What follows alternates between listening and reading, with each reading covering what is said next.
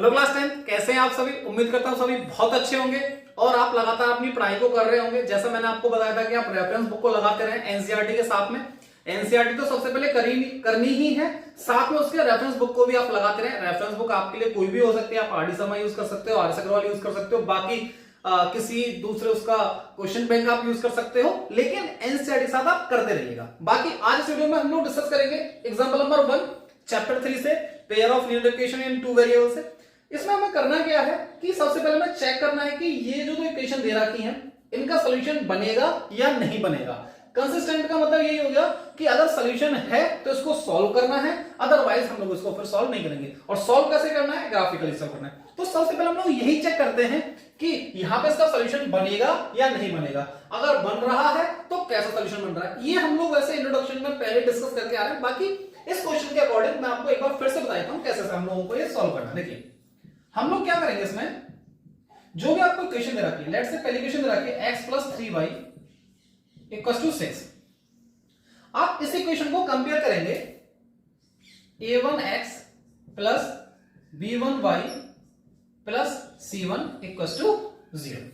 ठीक है, अगर मैंने इस इक्वेशन को यहां से कंपेयर किया तो देखिए यहां पे ना जो ये c1 है ये इस तरफ भी लगा हुआ है, साइड में लगा हुआ है 0, मतलब राइट साइड में क्या लगा हुआ है 0 लगा हुआ है, लेकिन यहां पे राइट साइड में क्या लगा हुआ है 6 लगा हुआ है। तो इस इक्वेशन को थोड़ा सा मैं कन्वर्ट कर लूं, x + 3y - 6 = 0। इधर ये प्लस का इधर आके ये माइनस का हो गया। अब देखिए अगर मैंने इसको कंपेयर किया इस इक्वेशन को तो देखिए इसका x का कोएफिशिएंट यहां पे 1 है और x का कोएफिशिएंट यहां पे a1, दैट मींस a1 की वैल्यू मुझे क्या मिल गई 1 मिल गई। सिमिलरली अगर मैं देखूं y का कोएफिशिएंट यहां पे b1 है, यहां पे y का कोएफिशिएंट 3 है, इसका मतलब b1 की वैल्यू क्या मिल गई मुझे 3 मिल गई। सिमिलरली अगर मैं देखूं c1 की वैल्यू तो यहां पे क्या है -6, c1 की वैल्यू क्या मिल गई मुझे -6 मिल गई। इसका मतलब कांस्टेंट टर्म है, a और b यहां पे भी ये क्या है कांस्टेंट है। ठीक है, तो a की वैल्यू मुझे मिल गई, b की वैल्यू मुझे मिल गई और c की वैल्यू। सिमिलरली ऐसे हम लोग सेकंड इक्वेशन से कर सकते हैं। ये रहा पहले इक्वेशन से। अब हम लोग बात कर रहे हैं यहां पे फ्रॉम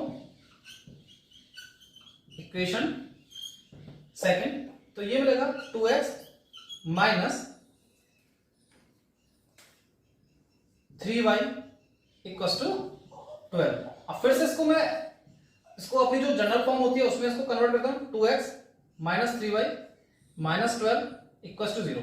इसको कंपेयर करेंगे हम लोग a2x + b2y + c2 = 0। इसके साथ कंपेयर करेंगे तो अगर मैं यहां से कंपेयर करूं तो मुझे a2 की वैल्यू क्या मिल रही है, a2 की वैल्यू मुझे मिल रही है 2, b2 की वैल्यू मुझे मिल रही है -3 और c2 की वैल्यू मुझे मिल रही है -12।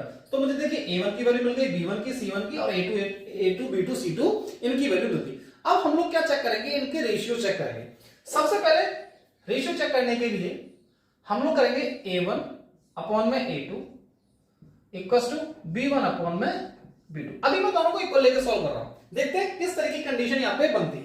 अगर मैंने a1 की वैल्यू रखी, किसकी वैल्यू रखी a1 का है मेरे पास 1, a2 की वैल्यू 2 = b1 की वैल्यू कितनी है 3 और b2 की वैल्यू है -3।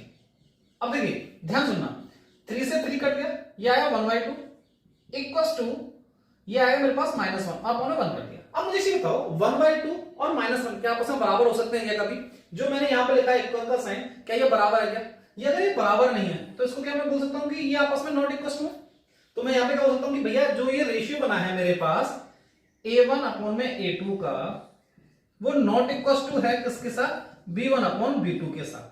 तो इसका मतलब जो मैंने यहां रिलेशन लिया था ये कैसा था, नॉट इक्वल था। ये रिलेशन कैसा था, नॉट इक्वल था। और देखिए मैं फिर से एक बार रिपीट कर रहा हूं, इंट्रोडक्शन में हम लोग डिस्कस करके आते हैं कि जब a1/a2 नॉट इक्वल होता है b1/b2 के, दैट मींस यहां पे जो लाइन बनेगी वो बनेगी इंटरसेक्टिंग। और इंटरसेक्टिंग अगर लाइन बनेगी तो इसका मतलब यहां सॉल्यूशन मिलेगा। और सॉल्यूशन कैसा मिलेगा, यूनिक सॉल्यूशन मिलेगा। कैसा सॉल्यूशन मिलेगा, यूनिक सॉल्यूशन मिलेगा। तो इसका मतलब जो इसमें हमसे स्टार्टिंग पूछा था कि इसको चेक करो, तो हमने ये कंसिस्टेंट है कि नहीं, तो कंसिस्टेंट का मतलब सॉल्यूशन मिलना चाहिए आपको। तो यह मुझे सॉल्यूशन मिला है, कैसा सॉल्यूशन मिला, यूनिक सॉल्यूशन मिला है। इसका मतलब जो इसका ग्राफ बनेगा वहां पे इन दोनों से जो लाइन बनेगी वो आपस में एक दूसरे को इंटरसेक्ट कर रही होंगी। जिस पॉइंट पे इंटरसेक्ट कर रही होंगी वो जो कॉमन पॉइंट होगा वही इसका क्या होगा, सॉल्यूशन होगा। ठीक है, तो इस तरीके से हम लोग किसी भी इक्वेशन को चेक कर सकते हैं, पहले रेशियो निकाल के फिर जो B1 B2 C2 की वैल्यू निकाल के फिर उनका रेशियो निकाल के हम लोग चेक कर सकते हैं कि किस टाइप का यहाँ पे सॉल्यूशन देखने को मिलेगा। बाकी इसका सॉल्यूशन आगे कैसे करना है एक बार आप इसको नोट कर लीजिए, क्योंकि उसका भी जो सॉल्यूशन है वो काफी बड़ा है, तो मुझे पूरे बोर्ड की जरूरत पड़ेगी। एक बार आप इसको नोट कर लीजिए जल्दी से। इसका सॉल्यूशन हम लोग ग्राफ की मदद से कैसे निकालेंगे आइए देखते हैं।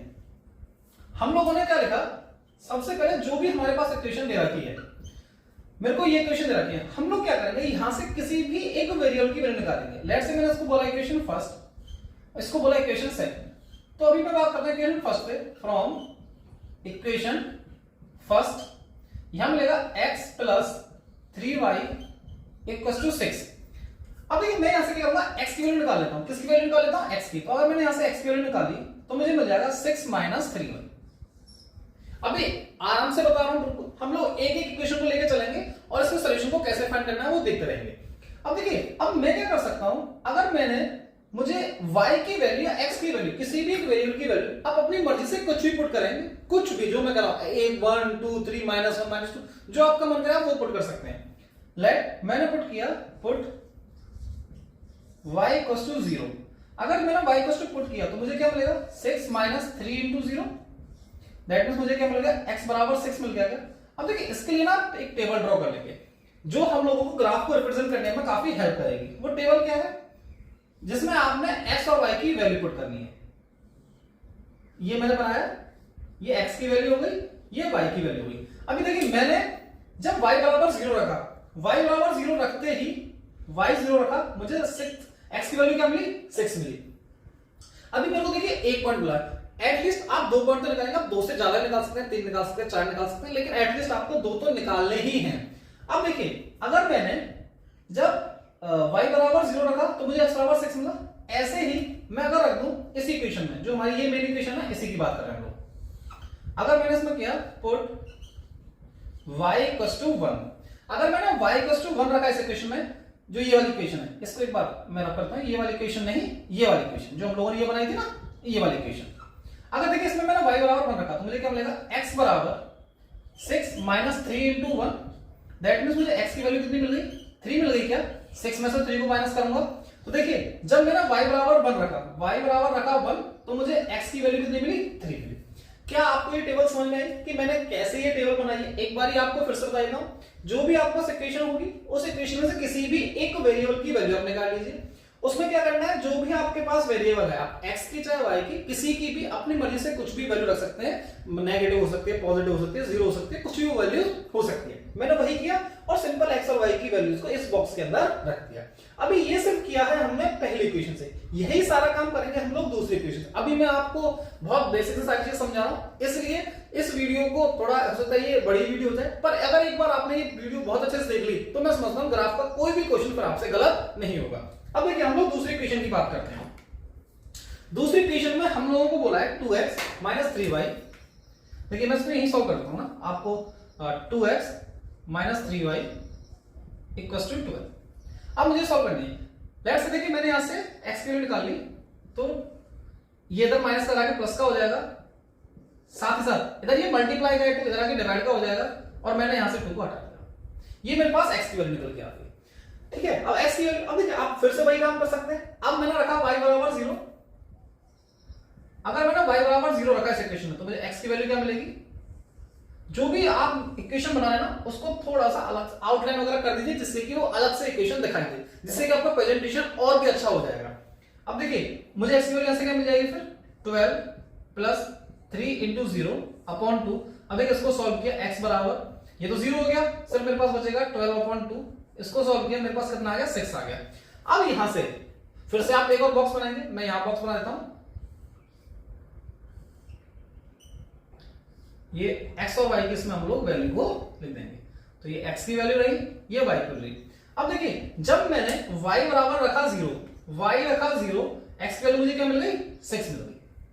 अब देखिए यहां पे लगभग सेम वैल्यू मिल गई। ठीक है, अभी आगे देखते हैं। अब इसी इक्वेशन में मैंने रखा y बराबर 1।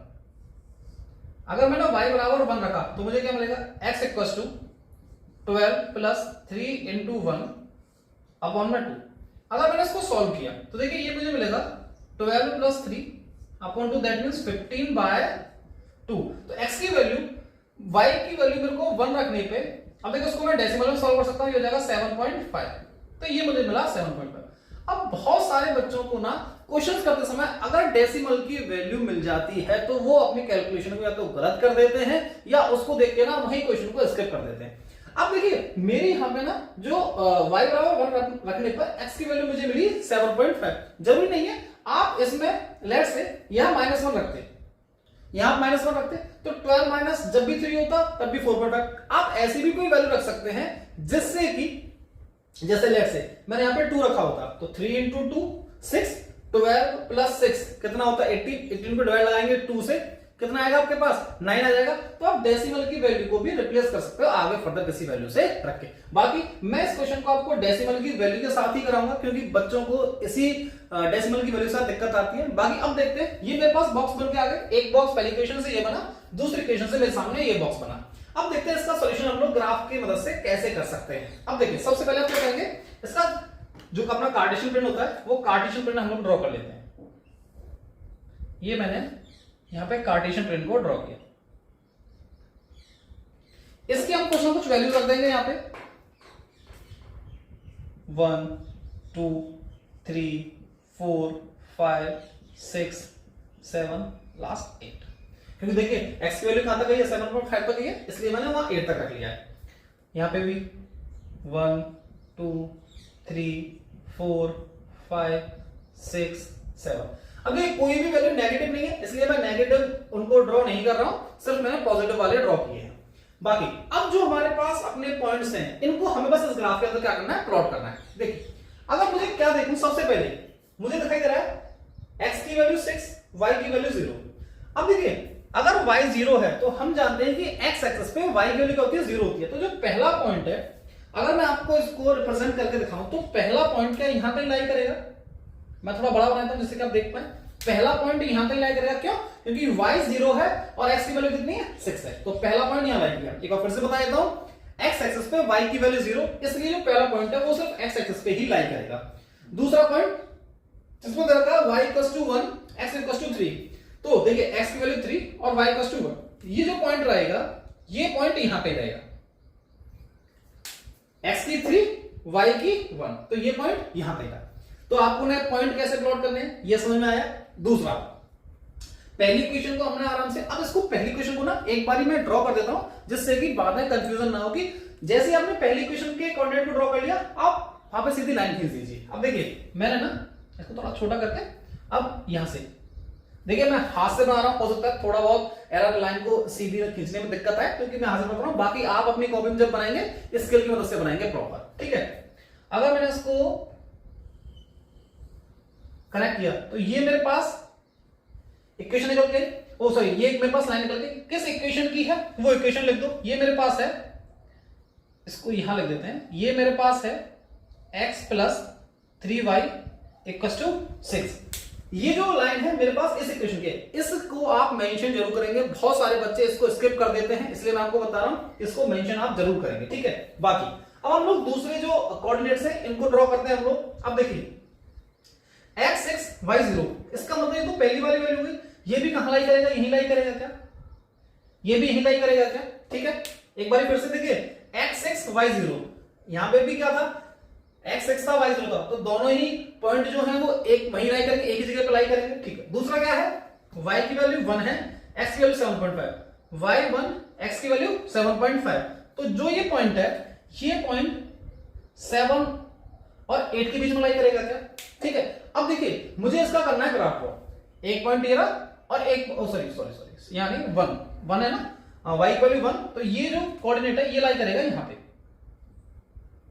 ये कोऑर्डिनेट लाई करेगा यहां पे, क्योंकि पहला वाला मैंने वो x एक्सिस पे कर दिया था, x पे तो y 0 हो जाता है, यहां पे y की वैल्यू कितनी रखी है 1 दे रखी है और x की वैल्यू कितनी है 7.5, तो ये कोऑर्डिनेट यहां लाई करेगा। अब देखिए इस लाइन को कैसे मिला सकता हूं क्या मैं, देखिए ध्यान सुनना, यही कोऑर्डिनेट है दूसरा भी 0,6 या 6,0। अब देखिए इसको मैं मिलाऊं तो मेरे पास एक ये लाइन निकल के आई है क्या, ये जो लाइन है वो किस इक्वेशन से बनी है मेरे पास, ये बनी है इस वाली इक्वेशन से, तो ये हो जाएगा 2x - 3y = 12। अब देखिए जहां पे ये दोनों लाइनें इंटरसेक्ट कर रही हैं, फिर से एक बार बता रहा हूं, जहां पे ये दोनों लाइन इंटरसेक्ट कर रही हैं वही होता है हमारा सॉल्यूशन।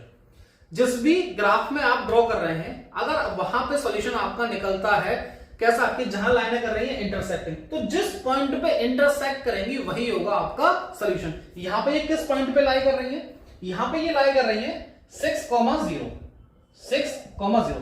पहले x का लिखेंगे फिर y का लिखेंगे, तो इसीलिए मैं यहां पे लिख सकता हूं, यहां लिख देता हूं कि सॉल्यूशन ऑफ द